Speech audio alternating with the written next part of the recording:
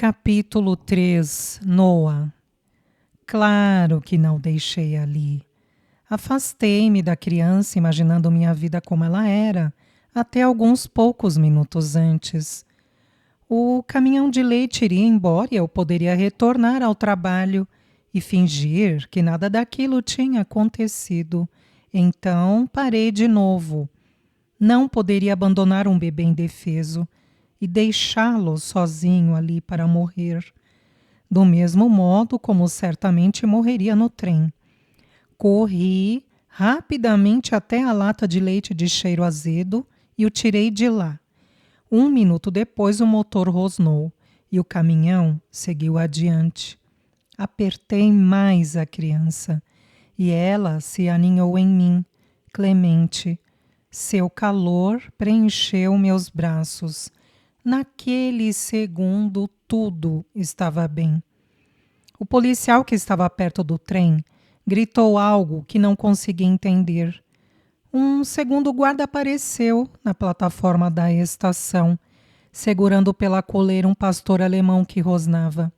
Em meu pânico, sobressaltei-me e a criança quase escorregou de meus braços. Segurando-a com mais força, rodeei a esquina enquanto eles passavam por mim em direção ao trem. Eles não teriam como perceber que um bebê havia sumido entre tantos outros. No entanto, estavam apontando da porta do vagão de carga, que em minha pressa deixei aberta para minhas reveladoras pegadas na neve. Corri desesperadamente para a estação, em direção ao depósito onde eu dormia. No fundo, havia uma escada bamba que levava até o sótão. Ao me esticar para alcançá-la, meu pé se enrolou em um lençol surrado no chão. Balançando a perna para me soltar, comecei a subir a escada. Mas tinha apenas um braço para me segurar e escorreguei do segundo degrau, quase derrubando o bebê, cujo choro soou, ameaçando nos entregar. Recuperando-me, comecei a subir de novo. As vozes ficavam mais altas, cortadas por um latido nítido. Cheguei ao sótão, um espaço com um teto baixo, cheirando a roedores mortos e mofo.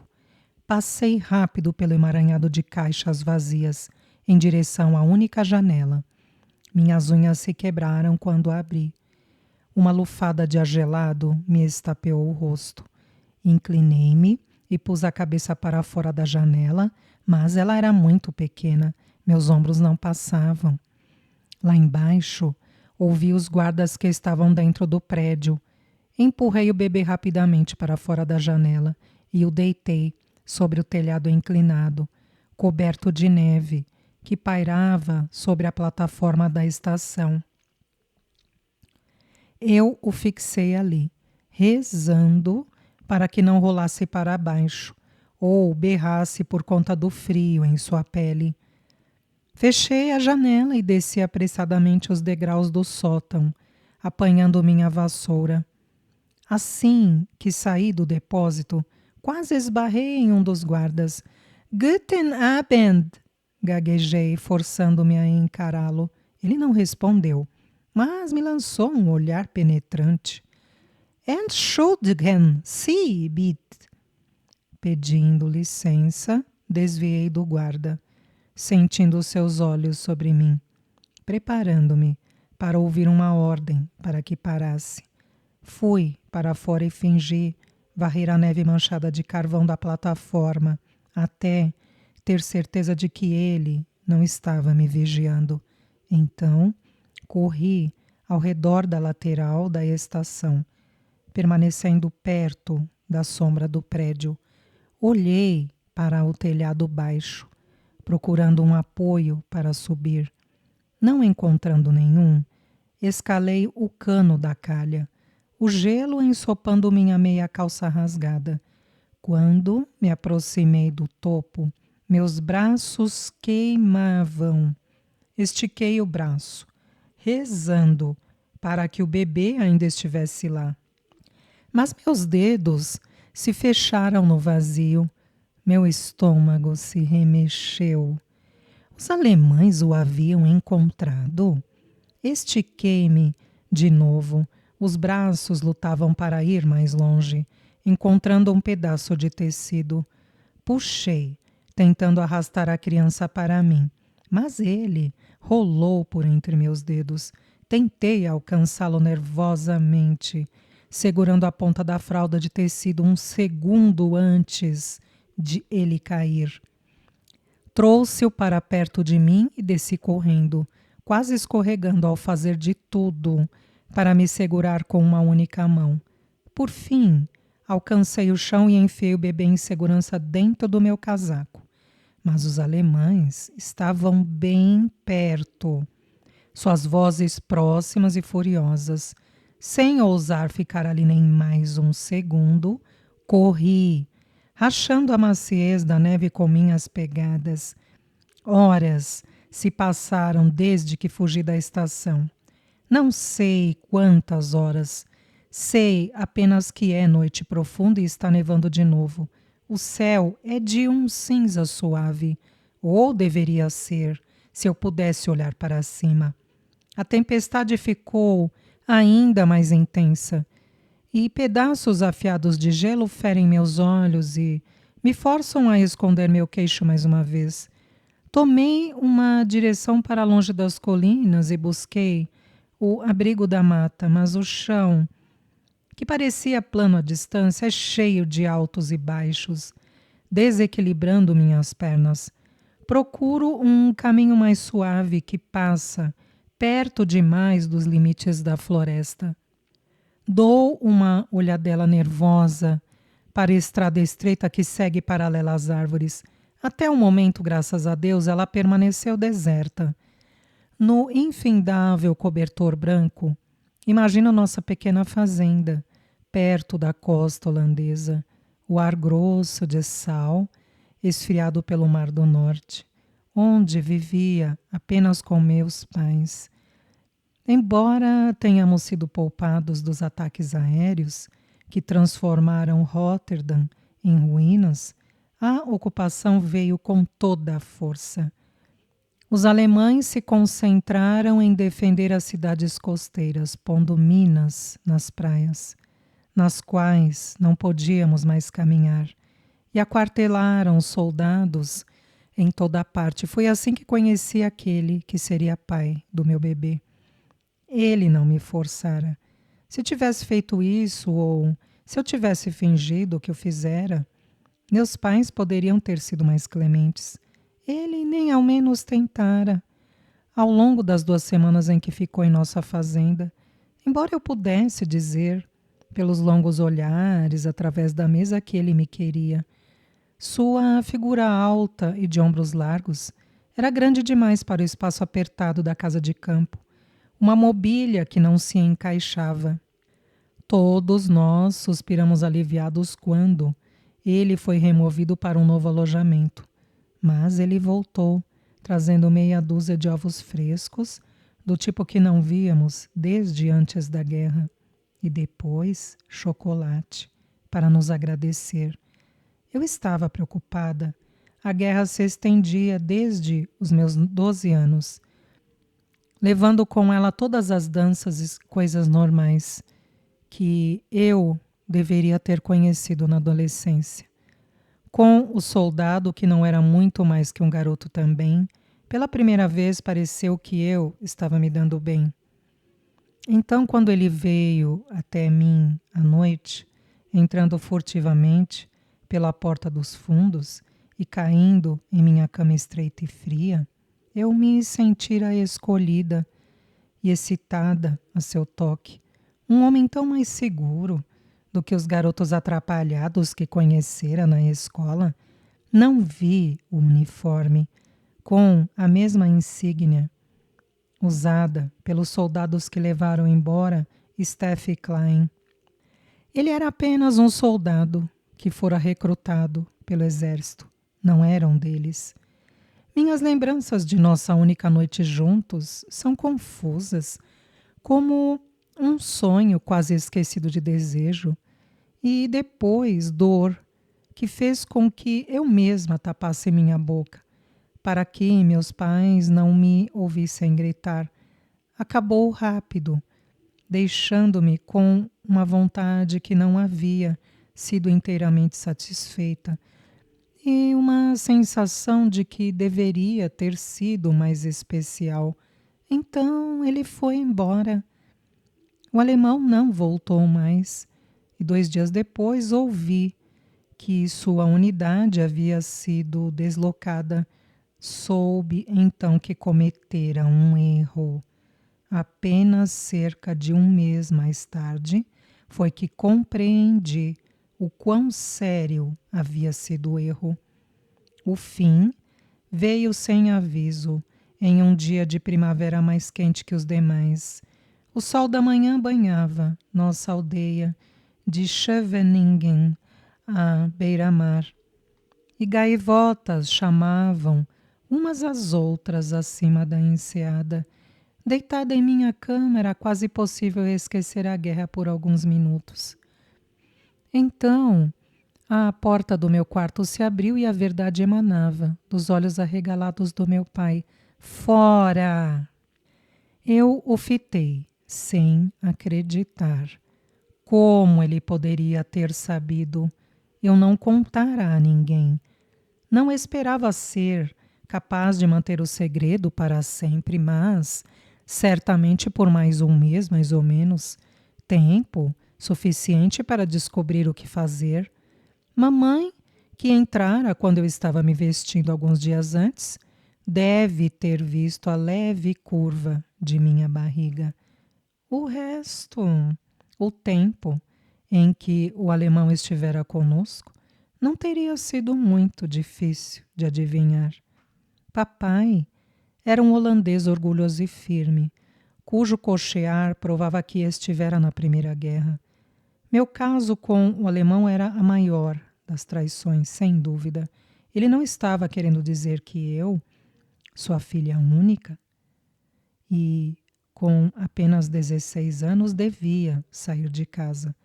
Mas o homem que um dia amarrara minhas botas e me carregara nos ombros estava abrindo a porta para que eu a atravessasse pela última vez. Eu me preparei para que ele me batesse ou ralhasse com mais rispidez comigo, mas ele simplesmente apontou para a porta. Vá! Seus olhos não se encontraram com os meus. Não! Gritou mamãe enquanto eu saía, mas não havia força em sua voz. Quando ela correu atrás de mim, meu coração deu um salto. Talvez só daquela vez ela o enfrentasse e lutasse por mim. Em vez disso, apenas colocou na palma da minha mão dinheiro que ela havia guardado. Esperei que ela me abraçasse. Não me abraçou. Uma buzina dá um apito longo e baixo à distância. Escondo-me atrás de uma árvore quando um trem aparece da mesma direção de onde eu viera, serpenteando por um caminho através do Campo Branco. Ainda que não possa ter certeza à distância, há um vagão que se parece exatamente com aquele de onde tirei o bebê, dirigindo-se para o leste, como os outros trens de judeus, bebês roubados, como o meu mesmo havia sido, mas de famílias com 2 pais que os amavam e queriam.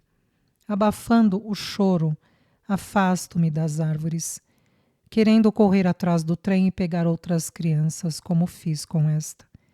Mas o corpo do bebê afunda quente e pesado em meus braços, a única vida que salvei. Salvei, ao menos até agora.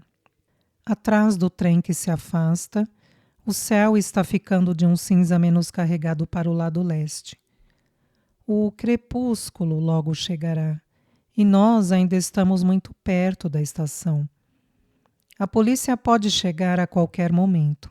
A neve cai pesada, encharcando meu fino casaco e alcançando a criança debaixo dele. Temos que continuar seguindo em frente. Enfio-me mais na mata, escondida.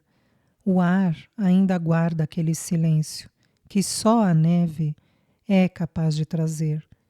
Meus pés tornaram-se tijolos enregelados. Minhas pernas estão cansadas. Estou fraca pelo pouco que comi nos meses que passei na estação, e minha boca está seca de sede. Não há nada para além das árvores, a não ser o branco infinito. Tento me lembrar da viagem que fiz meses antes para a casa destinada a receber meninas grávidas, para calcular quão longe fica a próxima vila. Mas, mesmo que consigamos chegar até lá, ninguém vai arriscar a própria vida para nos abrigar. Troco o bebê de um quadril para o outro, espanando a neve de sua testa. Quanto tempo faz que ele comeu pela última vez?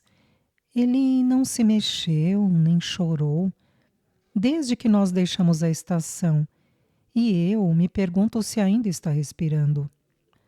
Apressadamente desvio até um espesso aglomerado de árvores e afrouxo sua fralda um pouco mais, mantendo-o perto para aquecê-lo. Seus olhos estão fechados e ele está dormindo, pelo menos é o que espero. Seus lábios estão rachados e sangrando, desidratados, mas o seu peito sobe e desce em um ritmo estável. Seus pés nus são como pequenos tijolos de gelo. Vasculho a floresta desesperadamente, lembrando dos outros bebês no trem, a maioria já morta. Eu deveria ter pegado algumas de suas roupas para a criança. O pensamento me repugna. Desabotou o meu casaco e minha blusa, fazendo um esgar para a borrifada de gelo e neve que bate em minha pele. Seguro o bebê contra o peito, desejando que um pouco do fino líquido cinza que espremi para aliviar o meu desconforto, quase 4 meses atrás, apareça em pequenas gotas. Mas meus movimentos são desastrados. Ninguém me ensinou a amamentar e o bebê é muito pequeno para agarrar o bico. Meus seios doem com anseio, mas nada sai, meu leite se foi, secou. Depois que dei à luz, a enfermeira me disse que haveria mulheres que pagariam pelo leite. Abanei a cabeça, não importava o quanto precisasse do dinheiro, mas não queria que aquilo também fosse tirado de mim. Sem o meu filho, estava desesperada para que tudo acabasse o mais depressa possível. Meu filho. Uma parte de mim deseja que eu não tivesse segurado meu bebê aquela única vez, que meus braços não tivessem memorizado o formato de seu corpo e de sua cabeça. Talvez assim meus braços não doessem a cada segundo. Uma vez parei para pensar como o teria chamado. Mas enquanto os nomes apareciam em minha mente, era como se uma dor aguda me corroesse, e eu reprimi o pensamento. Pergunto-me qual deve ser o nome dele, rezando para que tenha ficado com pessoas que tivessem carinho suficiente para lhe dar um nome realmente bom e forte. Afastando pensamentos sobre meu próprio filho, estudo o bebê em meus braços. Seu rosto é um pouco quadrado, com as bochechas redondas e cheias. O formato é distinto e eu sei que há uma família por aí. Por favor, que ela ainda esteja por aí, com rostos exatamente do mesmo formato. Algo estala atrás de mim, na distância, além das árvores. Eu me viro, apertando os olhos para ver através da neve que cai. Mas o caminho que seguimos é obscurecido por um emaranhado de galhos e arbustos. Meu coração bate mais forte. Pode ser o motor de um carro. Embora estejamos bem escondidos pelas árvores, A estrada não fica longe do início da mata. Se a polícia nos seguiu, minhas pegadas da neve iriam facilmente guiá-la até aqui. Seguro a respiração, sentindo-me como um animal caçado enquanto apuro os ouvidos, para tentar escutar no silêncio vozes ou outros sons. Nada, ao menos por enquanto. Fechando meu casaco, aperto o passo através das árvores. Seguro o bebê desajeitadamente em um braço, usando o outro para tirar do caminho galhos baixos à frente. A neve balança neles e cai no colarinho do meu casaco, gelada e molhada. Meus pés, ensopados dentro das botas remendadas de segunda mão, começam a doer. O bebê fica mais pesado a cada passo. Diminuo a velocidade, respirando pesadamente. Então, estico o braço para apanhar uma mão cheia de neve e diminuir a secura de minha boca, sentindo o frio que queima minha pele através dos buracos de minha luva. Eu me endireito, quase derrubando a criança. Estaria ela com sede? Eu me pergunto se dar um pouco de neve para ela ajudará ou tornará as coisas piores. Segurando-o em um braço, sinto-me repentinamente desamparada. Há tanta coisa que eu desconheço, sem contar aqueles segundos fugidios depois de ter dado à luz. Jamais segurar uma criança, muito menos cuidar de uma. Quero colocá-la no chão, com as mãos livres. Talvez consiga chegar à próxima aldeia. Ela teria morrido mesmo naquele vagão de trem. Isto seria muito pior. A mão do bebê, que não é maior do que uma noz, levanta-se, procurando pelo meu dedo e o segurando com força. O que ele pensa quando olha para cima e vê um rosto diferente daquele que conhecera desde o nascimento? Ele tem quase exatamente a mesma idade que meu filho teria. Imagino uma mãe cujas cicatrizes ainda doem como as minhas. Olhando para esta criança, meu coração se abre. Ela já teve um nome. Como poderia uma criança jovem demais para saber o próprio nome jamais ter esperanças de encontrar seus pais? Quero que ele respire, que continue vivo, até que possamos encontrar abrigo. Aconchego sua cabeça gentilmente, antes de cobri-la outra vez.